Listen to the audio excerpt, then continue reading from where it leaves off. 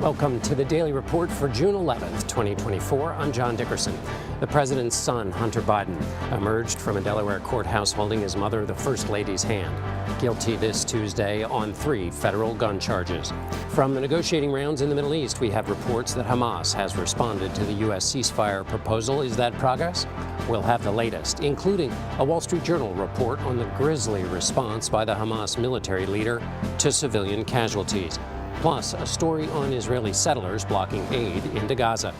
Still developing, we've been hearing about increased terror threats on American soil and now arrests of several reportedly affiliated with ISIS in 3 different American cities. A day after Apple announced artificial intelligence will be part of its global brand, we'll think through what that means. Is AI ready for the masses, or are the masses ready for it? Also, in the wings waiting to change American life, the Supreme Court will look at decisions coming up with Jessica Levinson. Plus, progress for an Alzheimer's drug, the high costs of housing, and the day that Governor George Wallace stood in the schoolhouse door. The Daily Report starts in a moment.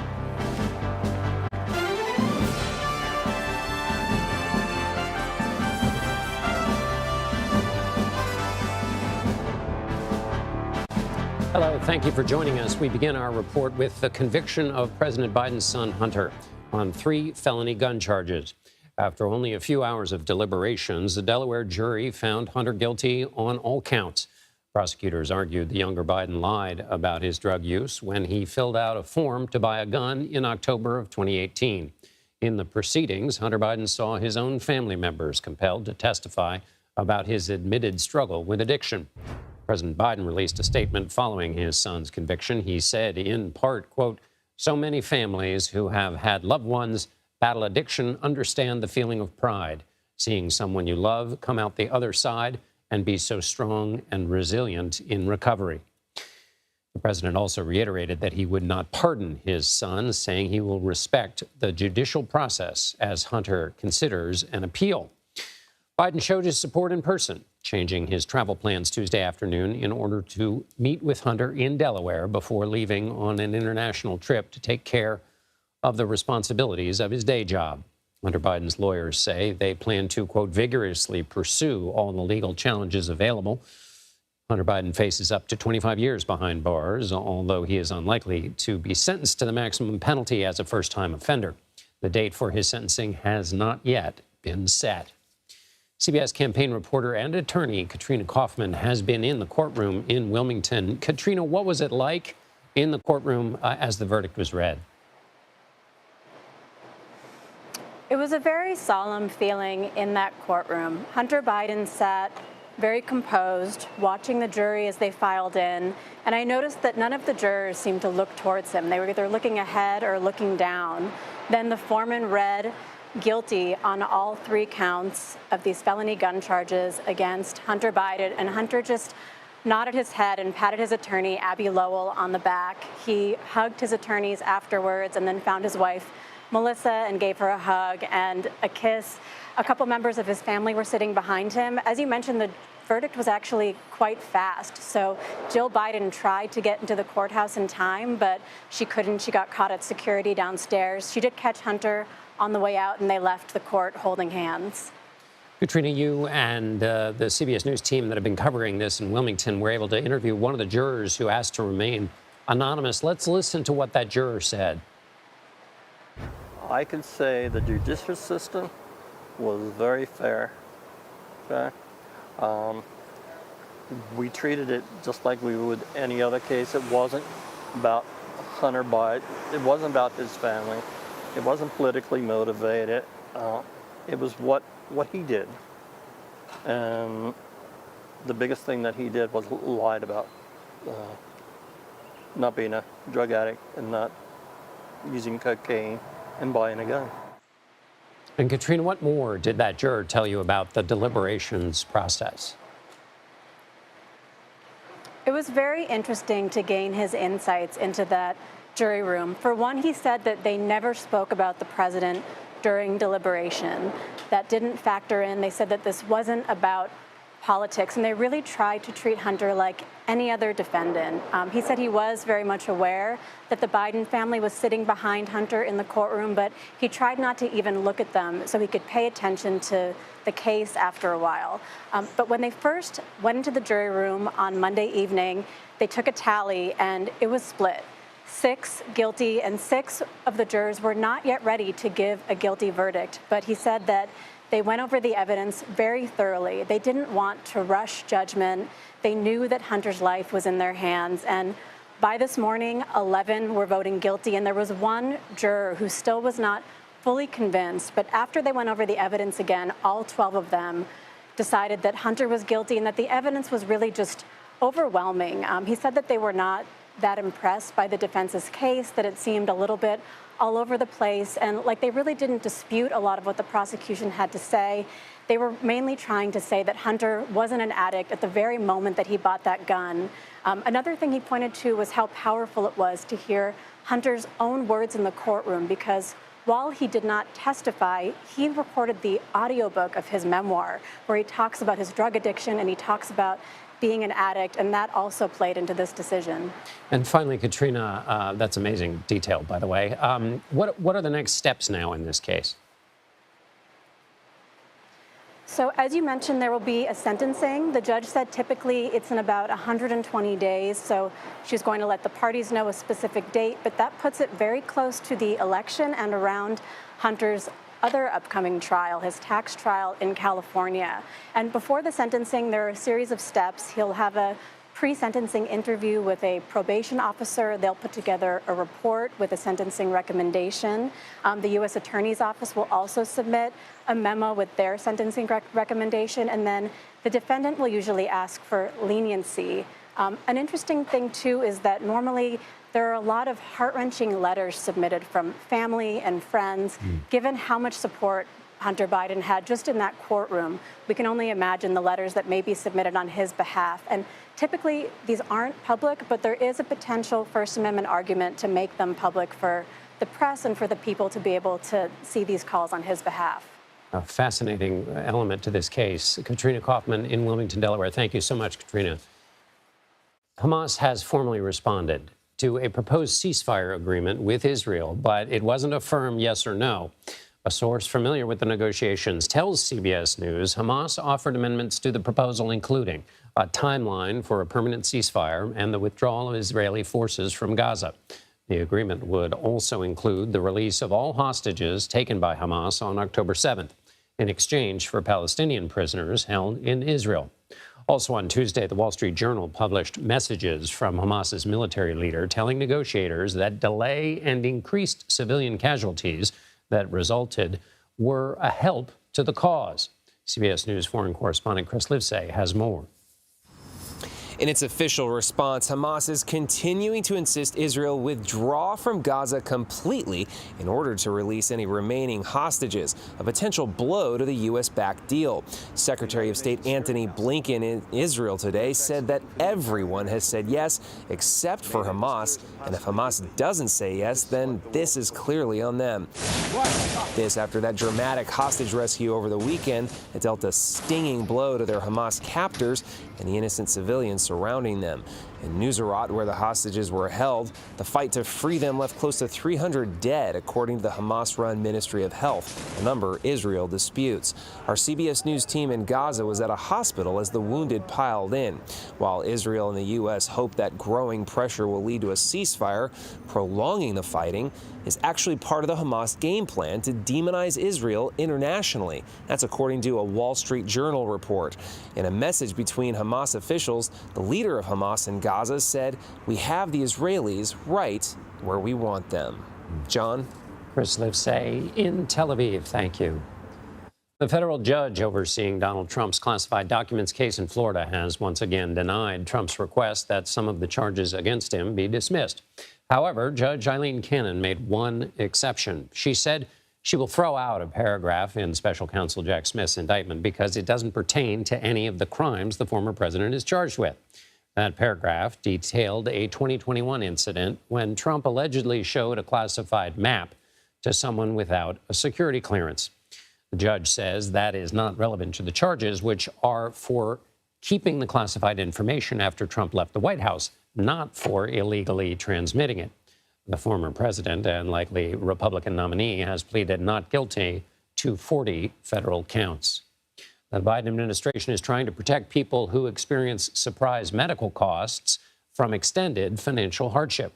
Vice President Kamala Harris announced a new rule Tuesday to keep medical debt off of people's credit scores. Officials say the move could raise scores by an average of 20 points, removing an economic penalty from families already enduring medical hardship. According to the administration, the proposal from the Consumer Financial Protection Bureau could help more than 15 million Americans, including about 22,000 who would be able to get approved for mortgages every year. Agents with Federal Immigration and Customs Enforcement have arrested 8 people with suspected ties to ISIS. Officials tell CBS News the individuals were from Tajikistan and were arrested in New York, Philadelphia, and Los Angeles. They allegedly crossed the U.S.-Mexico border last year and this year. Back in April, FBI Director Christopher Wray warned of human smuggling operations at the border that could bring in people with potential connections to terror groups. Our Errol Barnett joins us now. Errol, what do we know more than those bare bones I've just given people? Well, John, all of this breaking this afternoon, and it is apparently the success of an effort by ICE, that's Immigration and Customs Enforcement, the FBI, the Department of Justice, as part of this heightened threat environment. As far as we understand, these 8 men from Tajikistan, this is a Central Asian nation, came into the U.S. both this year and last year via the southern border. And as far as the available information we have access to, they were permitted to enter the United States and were here legally. However, officials had reason to continue to follow and investigate them, which led them to put wiretaps on their phones. And what we understand over the past few weeks, those wiretaps picked up key information, no active plot, but information that caused concern among U.S. officials that led them to coordinate this nationwide effort to detain all 8 of them, both in Los Angeles, here in New York, and in Philadelphia. At this moment, they are detained and have been charged with immigration offenses and are waiting extradition back to Tajikistan. But it's an effort by the U.S. government to demonstrate now that it is successfully keeping an eye on potential terror plots. Again, there was no active plot that they are alleged to have been a part of, but they are keeping their eyes on this very closely as it impacted 3 major cities. Yes, extraordinary spread all over the country. Errol Barnett, thank you so much. Apple is set to deliver artificial intelligence to more than 1 billion iPhone users worldwide. Coming up, we'll look at the company's foray into AI and whether the masses are ready to embrace the future. Plus, the Supreme Court has a busy month ahead as it prepares to issue some major decisions. We'll preview the consequential ones and the constitutional issues at the heart of each. You're streaming the Daily Report.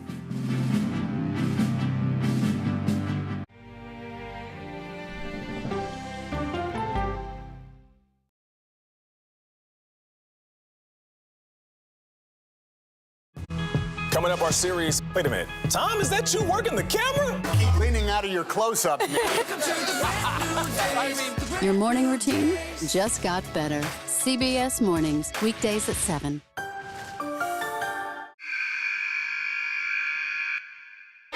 I had progressively fallen deeper into the world of online sports betting. The risk is the rush. What do you think is driving the spike in popularity? I think it's legality. If it's legal, I'm going to use it. There are ways to bet when you are 18. We've created an epidemic of child gambling. You can't walk into a male dormitory in a college campus without sports betting happening. It's America's most neglected problem. I used sports betting as a way to escape, when in reality, I'm choosing self-destruction. Whatever I had left, it was gone. The purpose of the industry is to get you to play to extinction. And that means until all your money is gone. Go to the ends of the earth. Reach for the stars. Yeah, I just took off. that kind of thing. Oh, that's pretty good. Because there's always something new under the sun on CBS Sunday morning.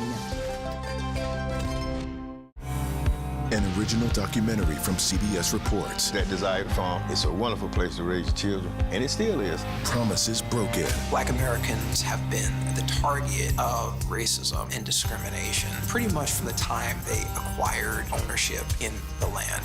Costing black farmers hundreds of billions in generational wealth. They did everything to make sure we were run off that land. But communities are uniting to continue the fight. Collective ownership is powerful.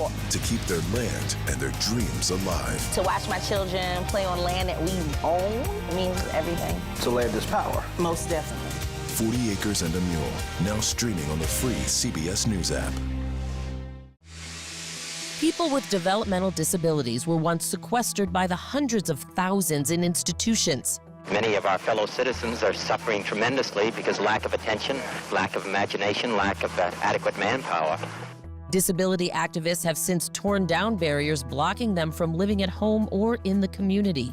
We conclude that Title II of the ADA requires states to provide community-based treatment for persons with mental disabilities. But of the 16,000 people who remain in state-operated institutions, half are in 5 states, and Illinois is one of them. I don't want to live in the institution. It makes me feel discriminated against. Do you think there are people living in institutions in Illinois that don't need to be living there? Yeah, because they're proving it as soon as they get out.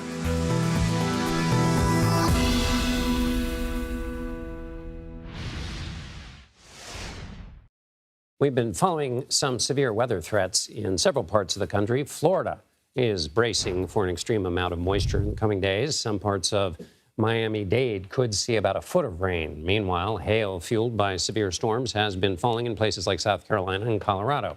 We'll also see some extreme heat on both coasts. Our Manuel Bajorquez joins us now from Miami for more on the threats. Manny, we mentioned Miami-Dade, this foot of rain. How are they preparing for that? It has been relentless so far, and we are currently under a flash flood warning. So officials are trying to get the word out to people to not drive into any road that is potentially flooded because you don't know what the flow is under there or what is under there. So they're trying to get the word out, and this is all happening during the rush hour. The concern isn't just today, and this is affecting much of Florida, especially in the southern section. The concern is that the weather system and these downpours could be with us maybe through Friday. So while there are parts of Florida that are experiencing a drought, if you can believe that, the rain is good, but so much rain all at once, that's the big concern about localized flooding, which we're already starting to see some pop up in areas of Miami that typically flood during rainstorms. Manuel Bajorquez, thank you.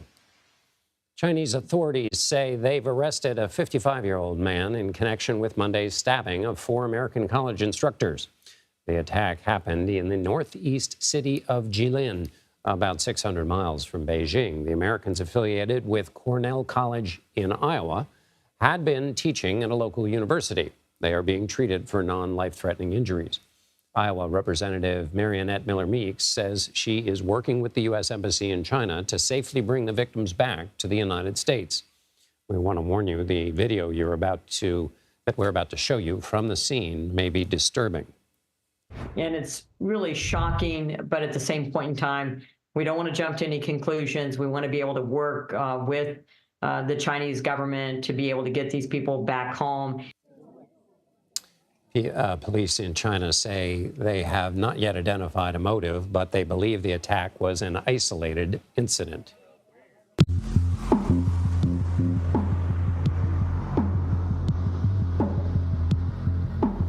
Apple this week unveiled its integration with AI, named Apple Intelligence. Some features like proofreading text and generating custom images will be familiar to artificial intelligence aficionados. But the company is also partnering with OpenAI, the makers of ChatGPT, to upgrade its longtime virtual assistant, Siri. For example, if you need menu ideas for an elaborate meal to make for friends using some freshly caught fish and ingredients from your garden, you can just ask Siri. Siri determines that ChatGPT might have good ideas for this, asks your permission to share your question, and presents the answer directly. Apple competitors like Google and Microsoft also have an AI virtual assistant on the market. And let's bring in Connie Guglielmo. She's editor-at-large and senior vice president of AI editorial strategy at CNET. Thank you for being with us. So with this unveiling, did Apple move the AI conversation forward, or is it kind of playing catch up with what's already out there? A little bit of both. I mean, it is not doing anything that is vastly different than Microsoft, you mentioned, Google, and others in terms of bringing AI capabilities to its platform. But the key word here is platform. More than 1 billion people use the iPhone. Apple is an extremely popular, has an extremely popular set of devices, the Mac, the iPad. So they are very good at getting consumer adoption of technologies that perhaps have been in the marketplace for 1, 2, 5 years. Apple has been able to popularize. So that's the bet here, that they can get people more comfortable with AI.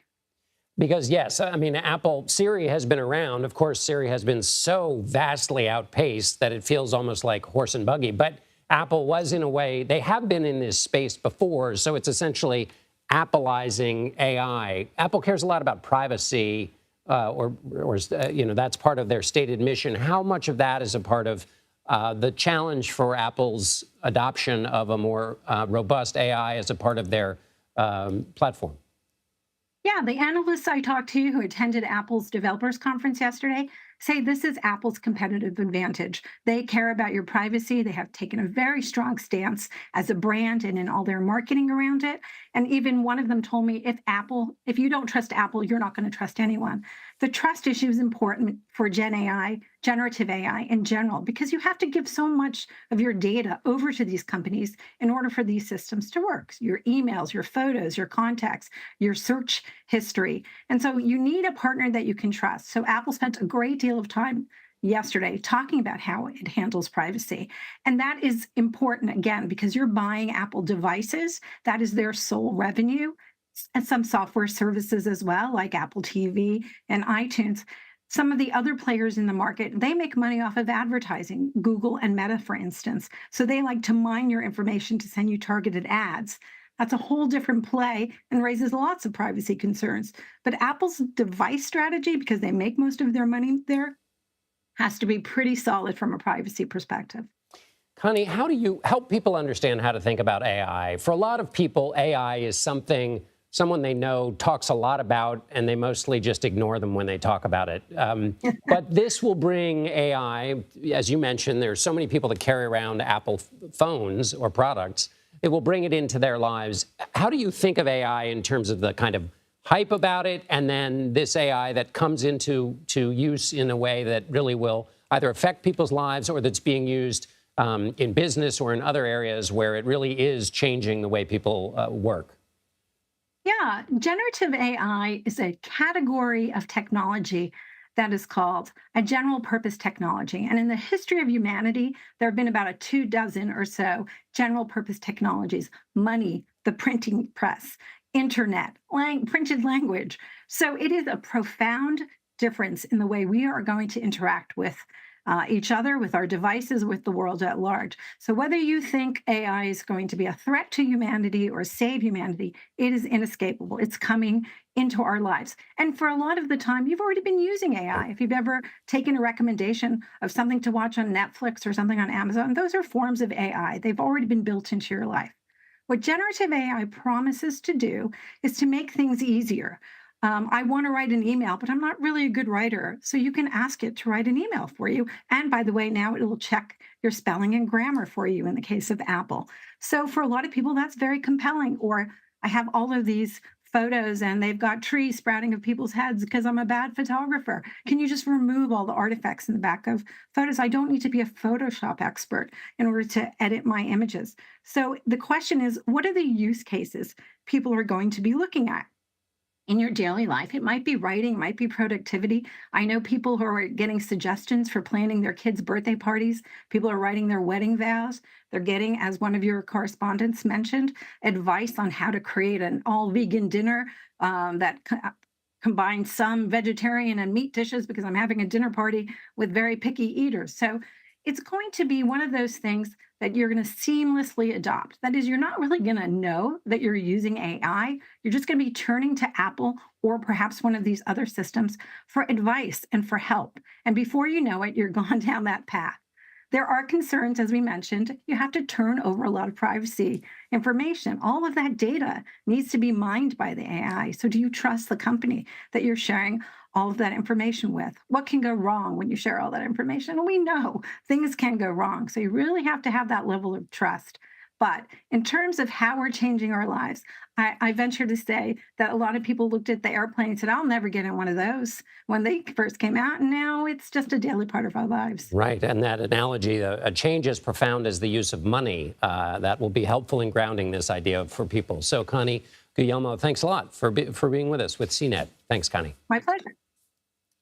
FDA advisors are backing Eli Lilly's Alzheimer's drug. The 11-member panel on Monday said the benefits of the treatment, which is donanemab, outweighed the safety risks. A trial found the drug slowed the disease's progression by 29%, but side effects can include brain swelling and bleeding. The ruling paves the way for the drug to receive full FDA approval later this year.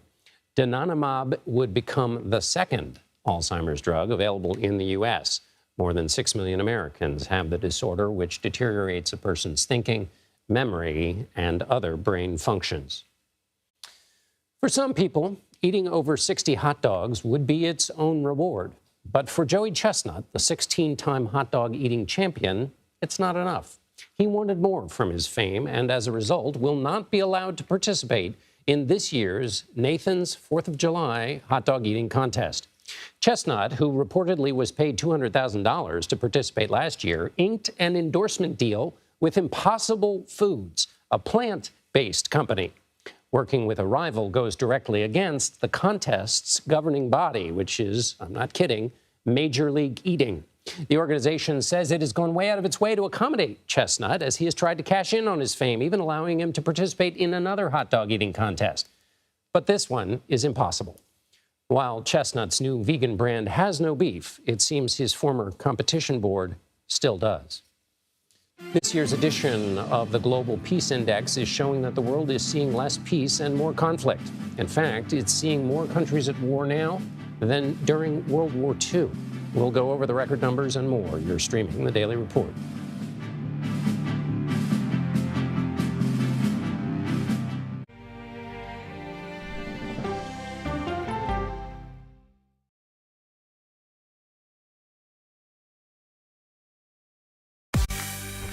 On our places, bright, shiny faces. When you wake up in the morning, we want to be your go-to team. Nate has one of the quickest minds I've ever seen. Tony has a way of making people feel comfortable. Gail has this unbelievable knack to ask the question that you're asking at home. I've been told I could talk to a tree, and that's pretty much true. I don't go to work in the morning. I go for coffee with my two good friends, and we talk about the world. Your morning routine just got better. CBS Mornings, weekdays at 7. It didn't seem like anything could happen, because nothing ever happens in East Palestine, but it did. Authorities released toxic fumes from 5 derailed train cars. Resident, please evacuate. Acute bronchitis due to chemical fumes. Did you ever have these problems before the derailment? No, ma'am. This neighborhood's not safe no more. We can assure the community that there's not vinyl chloride entering their communities. Then why are there so many people feeling these various symptoms of bloody noses or difficulty breathing, bronchitis? That's a hard question to answer. We're talking about one of the most blatant releases of a mixture of some of the most toxic chemicals that we've seen in America. I feel like now I have a duty to warn other communities. If my daughter has to watch me die of cancer, at least it saves someone else.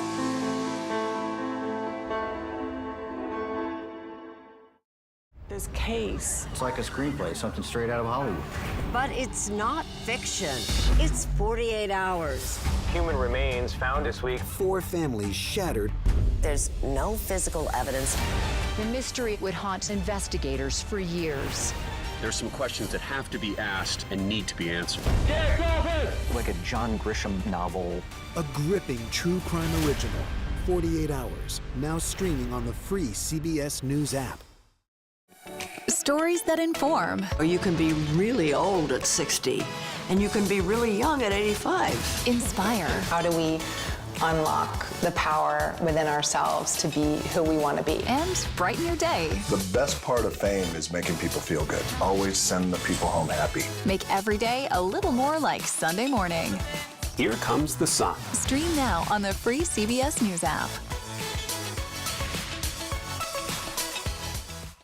Hello, everyone, and welcome to our Dragon capsule here in space.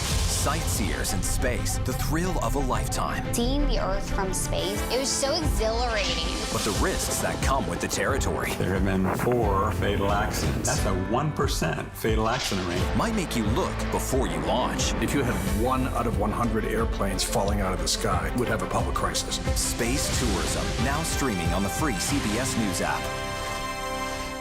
Welcome back to the Daily Report. I'm John Dickerson. Here are some additions to our top stories.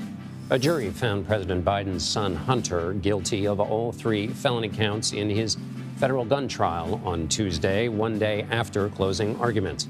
In a statement, Hunter said he is disappointed by the outcome. This is the first time a child of a sitting president has been convicted of a crime. The prosecution's star witness in Senator Bob Menendez's bribery trial returned to the witness stand Tuesday for cross-examination. During insurance broker Jose Uribe's testimony, the judge took it upon himself to rephrase the defense attorney's questions. Uribe pleaded guilty in March to bribery charges. Singapore Airlines says it will offer $10,000 to passengers injured during severe turbulence on a flight last month. The airline will offer $25,000 to those who require long-term care. More than 100 passengers were hurt and 1 man died after suffering a heart attack on board. It's the second week of June, which means the Supreme Court is expected to make some major decisions as early as this Thursday. At this point, there are usually about 4 to 6 cases that are still up in the air, but this year there are more than a dozen that have not yet been decided, and that includes several of the biggest cases this term, some of which pose the greatest challenges to our democracy since it was established nearly 250 years ago.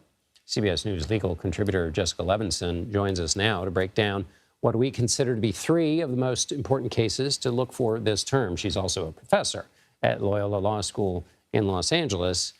Jessica, here we go. This is the Supreme Court speed round. Let's start with Donald Trump's claim that as president, he is immune from prosecution. What constitutional principle underpins this claim of immunity? What's at tension here in that case? Well, what we're looking to is old precedent that says, you know what, there is something different about the president. The president under the Constitution has to take care to faithfully execute the laws.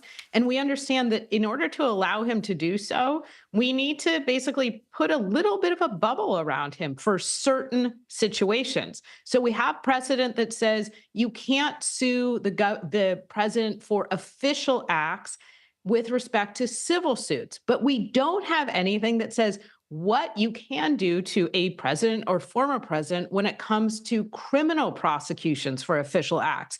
And so that's the case the court is deciding. I know this is a lightning round, so I'll just say quickly, I think look for a middle ground. Look for the court to say some version of there is some immunity from criminal prosecution for official acts, but it's not complete. And here's how we make the determination. And then just to follow up on this, Jessica, because there's actually a live case, of course, going on with respect to this, that still hangs in the balance as well, right? What the ruling from the court on this question that the justices may decide needs some addressing, they also have to decide what happens with those ongoing cases.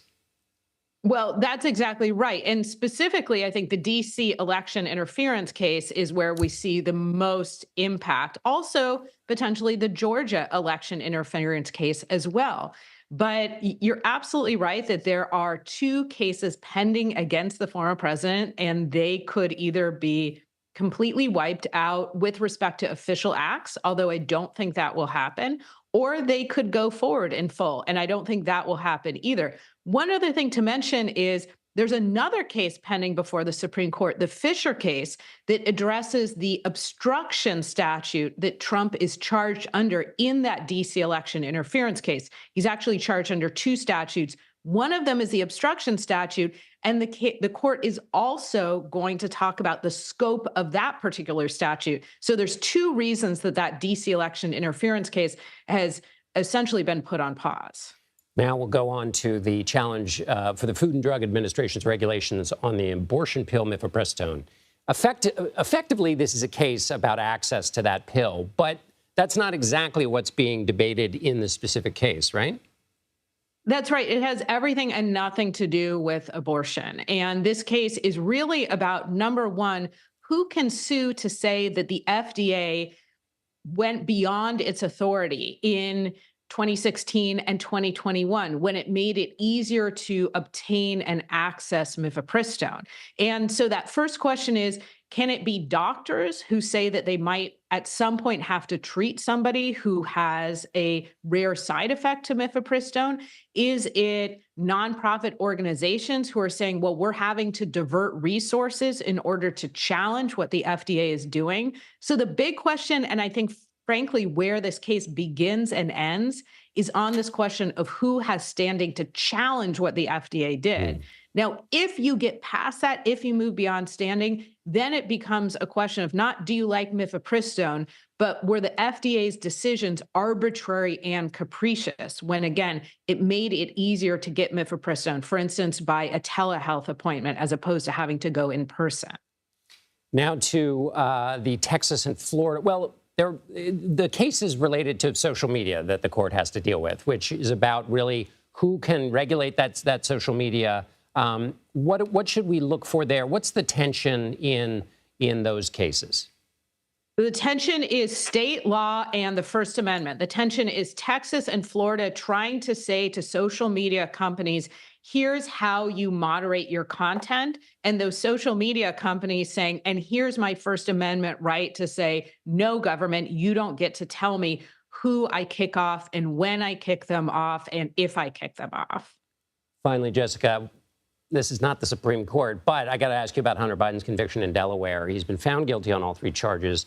The attorneys for the president's son say they are going to appeal. Are there grounds for appeal on this case, or are there just sort of general grounds that one always appeals in a case?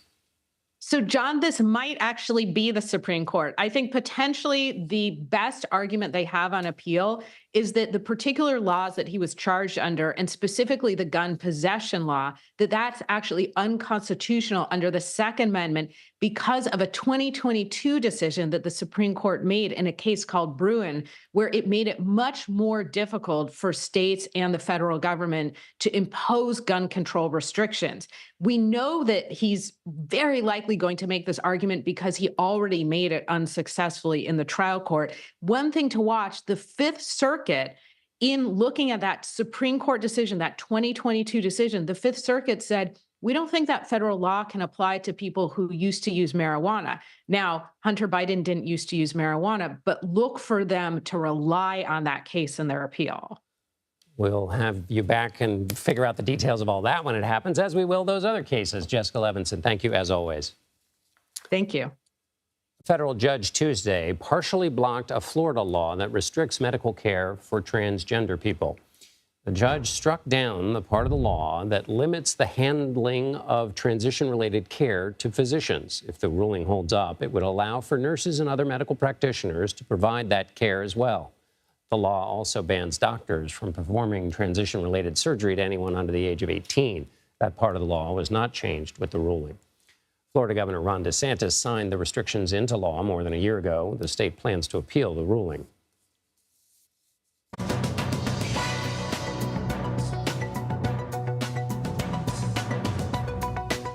The cost of owning a home skyrocketed during and after the COVID-19 pandemic. According to a study by Bankrate, the average price is 26% higher now than in 2020, thanks to an increase in taxes, insurance, and utilities.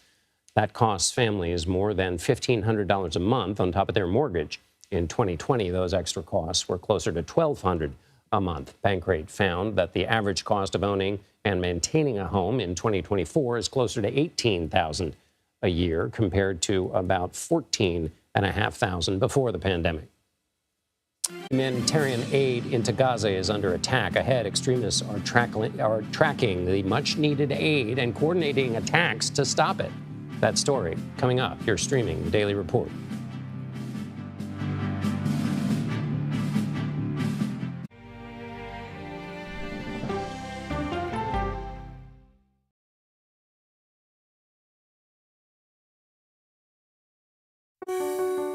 Washington is the seat of power. National security, foreign policy, global economics, every story comes through Washington in some way.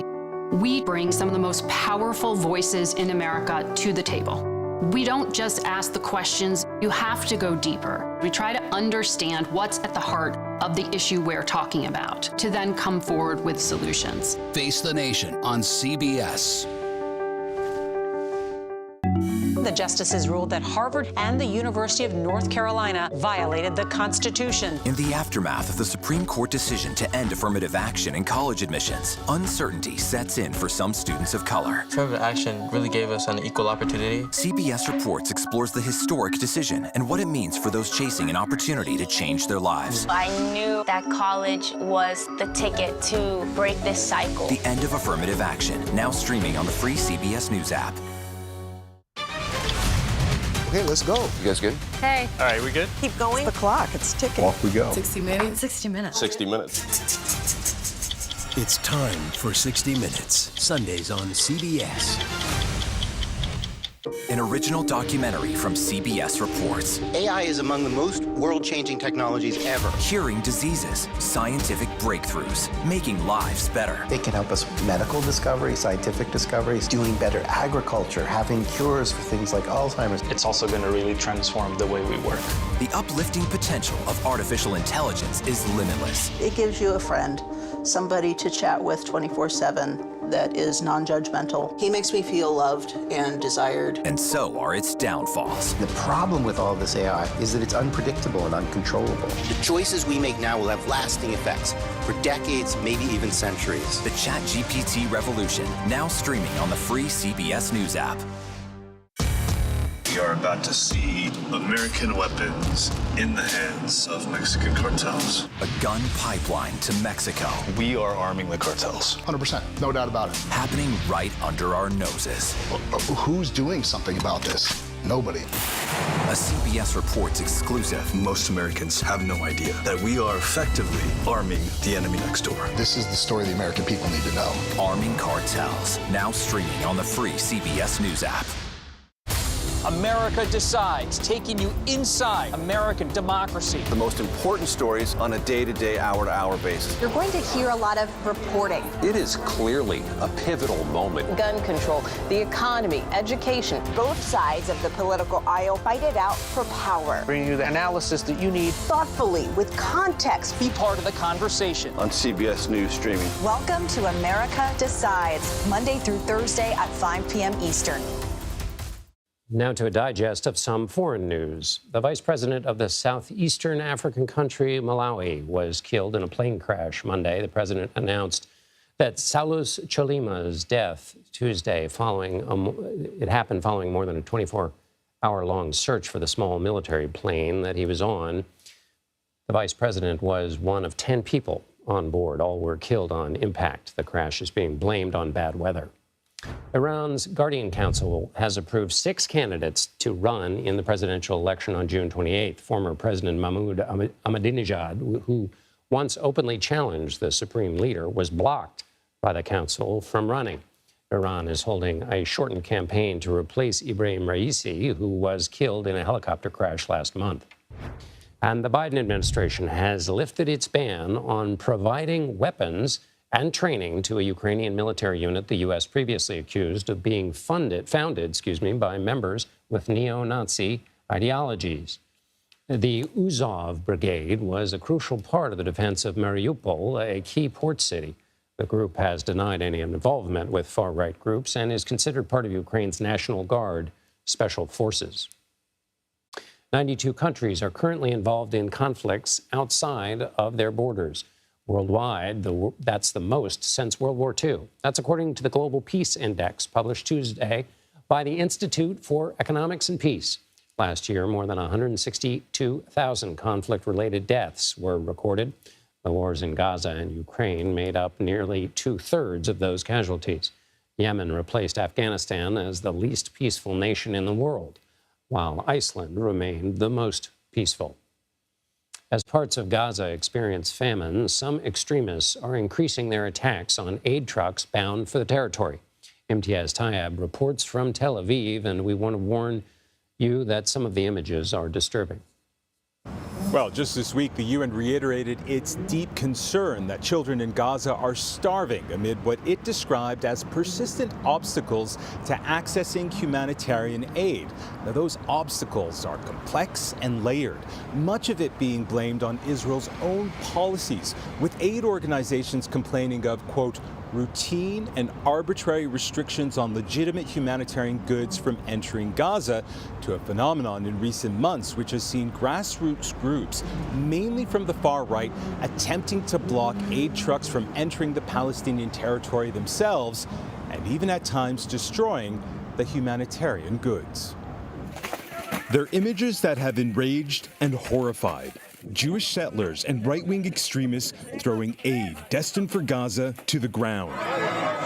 This was not a one-off. For months, videos have emerged showing aid convoys for Gaza being blocked or vandalized by settlers and far-right Israeli activists, in attacks condemned by the White House. It is a total outrage that there are people who are attacking and looting these convoys coming from Jordan, going to Gaza to deliver humanitarian assistance. There have also been assaults. Palestinian truck driver Mohsen Shaheen can be seen in this video lying bloodied on the ground next to his truck after he says he was beaten by a group of settlers who had wrongly assumed he was hauling aid to Gaza. The window to my truck was open and a settler came in and sprayed me with pepper spray, he says. Then there was a rock or iron bar smashing through the window. It hit me in the face. Blood was everywhere. I thought I was going to die. During the assault, the Israeli soldiers seen in the video just stood by, Mohsen says. Not only are Israeli troops and police accused of not preventing attacks on aid convoys for Gaza, there are also allegations that some tip off extremist groups. CBS News gained access to a WhatsApp forum used by one such group called We Won't Forget. It cataloged in detail how many trucks would be in a convoy, what routes they would travel on, and the crossings they moved through on any given day. In this message, members were told explicitly how the information was obtained. It read, methods for blocking acts. We get preliminary info from border crossing workers, police, and soldiers. Another message mentions Bezalel Smotrich, Israel's ultra-nationalist finance minister. For those who asked, the following information came from Minister Smotrich, who wrote to the Prime Minister and asked him how come he approved aid to Gaza. Smotrich, who has major influence with Israel's far right, used his position to block a U.S.-funded flour shipment to Gaza in February, after making the baseless claim that because the flour was being transferred to the UN, it would then be handed to Hamas. Withholding aid from Gaza is not an entirely fringe view. A recent poll found 44% of Israelis believed Israel should make aid conditional on a hostage release deal, and 22% do not want to provide any aid until the war has ended. Youssef Debrezer not only doesn't want aid to get to Gaza, he's also a key organizer behind the blockade movement. The 23-year-old says he's been detained 12 times for obstructing supplies to Gaza, but so far has yet to be charged. To be clear, though, what you're saying is that you've seen some soldiers and police officers who are supportive of what you're doing. Of course, he says. I believe most of the country thinks we should not send aid. Still, whatever your protest is, to deprive a starving civilian population from food, people do think is wrong. Why don't you? In every war, there is someone who loses and someone who wins. Either the people in Gaza will die, either the people in Israel will die, he says. It's black and white. After nearly 9 months of devastating violence and destruction, there's still barely any aid reaching desperate Palestinians in Gaza. And while the settlers' and activist groups' attempts at blocking supplies have only had a limited impact, the real obstruction comes from the Israeli government itself. Multiple aid agencies say Israel routinely and arbitrarily denies legitimate humanitarian goods from entering Gaza through a highly complicated inspection and approval process without clear or consistent instructions. The UN says 1.1 million people, nearly half the population of Gaza, now face catastrophic levels of hunger and that the territory is on the brink of famine. For Shaheen, he hasn't been able to work since he was attacked, nor does he think he'll receive any justice. So you believe that these Jewish extremist settlers are effectively above the law? If the soldier is standing there watching the settler attacking me, attacking my truck, and then beating me, he says, then finally they help me? Why don't they stop them from the beginning? Do you believe that any of the men who attacked you, who are clearly identifiable in the videos we've seen of the assault on you, will ever face justice? I don't expect justice, he says. The whole world sees that there is no justice. And CBS News reached out to Israel's security forces for a comment on the allegations members of their forces were tipping off far-right groups who were blocking aid or not intervening when convoys were attacked. Now, the IDF directed us to the police, who in a statement said that, and I'm quoting here, to the best of its knowledge, the claims were baseless and unfounded rumors. In Pios Time, CBS News, Tel Aviv. CBS News also reached out to the office of Israeli Finance Minister Smotrich and asked if he was assisting the extremist groups. We were flatly told no. Still to come, new technology is bringing people closer to their history. We'll explain how artificial intelligence is being used to map out black family trees. You're streaming The Daily Report.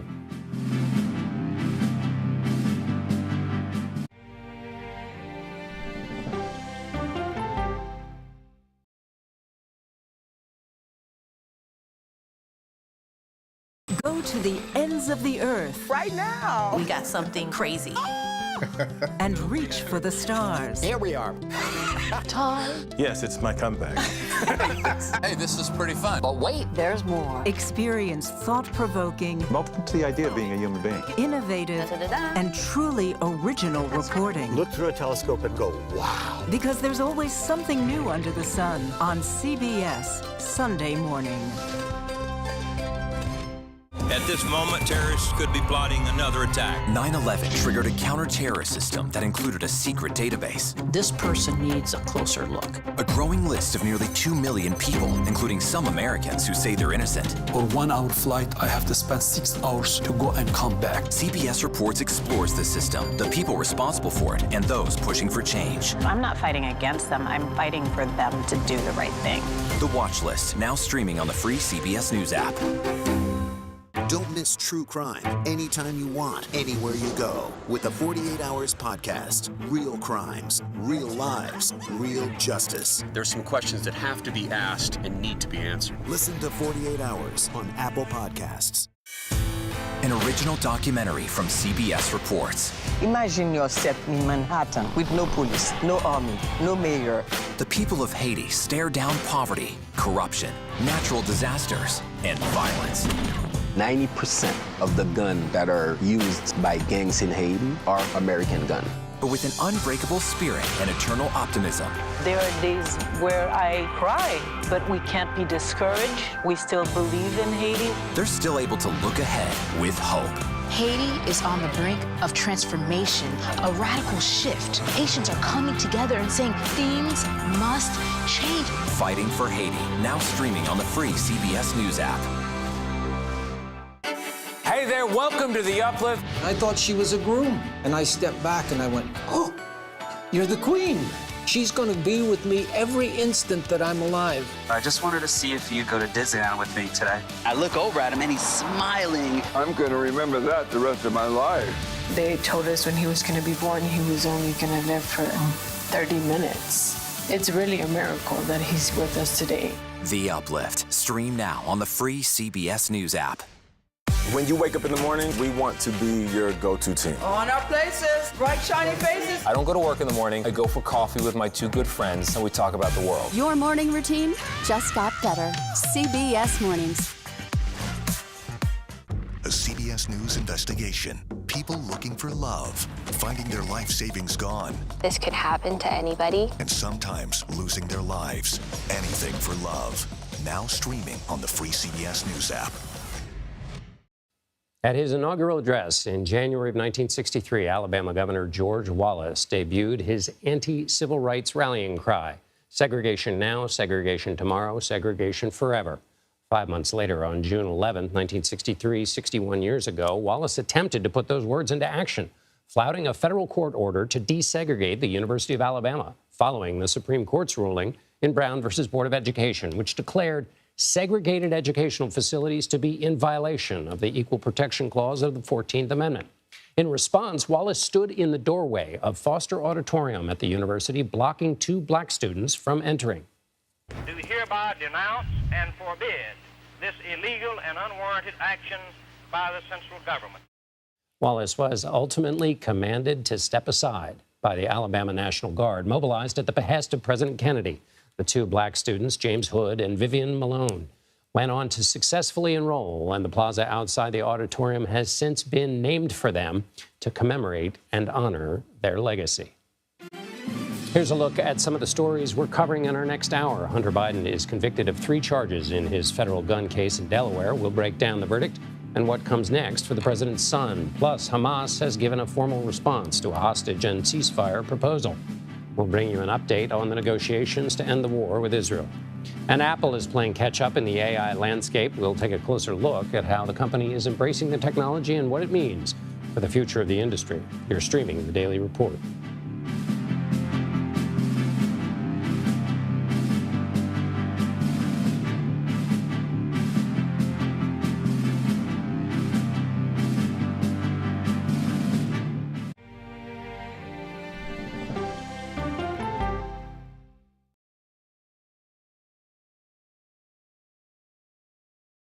Okay, so let's just start at the beginning. Well, let me start with this. What is at stake here? What is the answer then? Do you know why? You want me to just keep going? Is that a good thing or a bad thing? Were there death threats? How is this possible? What's wrong with that argument? Are you saying they lied? Have you told the government that?